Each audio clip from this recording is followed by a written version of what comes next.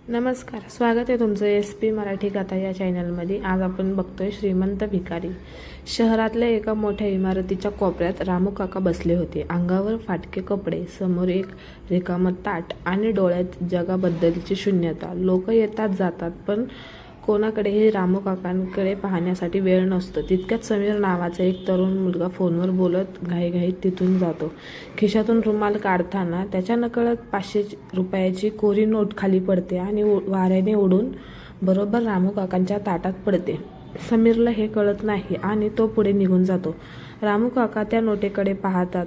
त्यांच्या मनात विचार येतो, आज देव पावला, आज सुखाची झोप लागेल, थंडीसाठी चादर घेता येईल आणि पोटभर जेवणही मिळेल। ते ती नोट खिशात घेणार तितक्यात त्यांना तो मुलगा धावत परत येताना दिसतो। समीर खूप घाबरलेला असतो। तो जमिनीवर काहीतरी शोधत असतो। त्याच्या डोळ्यात पाणी असतं। रामू काका त्याला हाक मारतात, बाळा काय झालं, काय शोधतोयस? काका, माझी 500 रुपयाची नोट हरवली आहे, माझ्या आईच्या औषधाचे पैसे होते ते, आता मी काय करू? समीरचं बोलणं ऐकून रामू काकाचा हात खिशाकडे जातो आणि ते क्षणभर थांबतात आणि ती नोट बाहेर काढून समीर समोर धरतात। हे बघ, हे बाळा, तुझे पैसे वाऱ्याने उडून माझ्या ताटात आले होते। समीर चकित होऊन त्यांच्याकडे पाहतो। त्याला विश्वासच बसत नाही की इतका गरीब माणूस एवढे पैसे परत करतोय। काका, तुम्ही पैसे ठेवले असते तर तुमचं नशीब उघडलं असतं।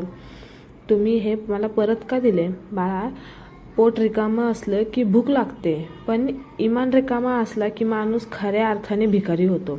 मी शरीराने भिकारी असेन, पण मनाने नाही। समीर भारावून जातो आणि ती नोट घेतो, पण त्याला खूप अपराधी वाटतं।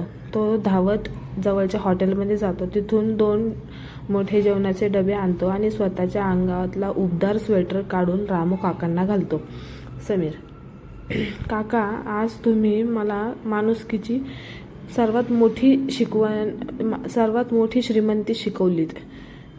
धन्यवाद। कथा आवडली असेल चॅनलला लाईक, शेअर, सबस्क्राईब नक्की करा।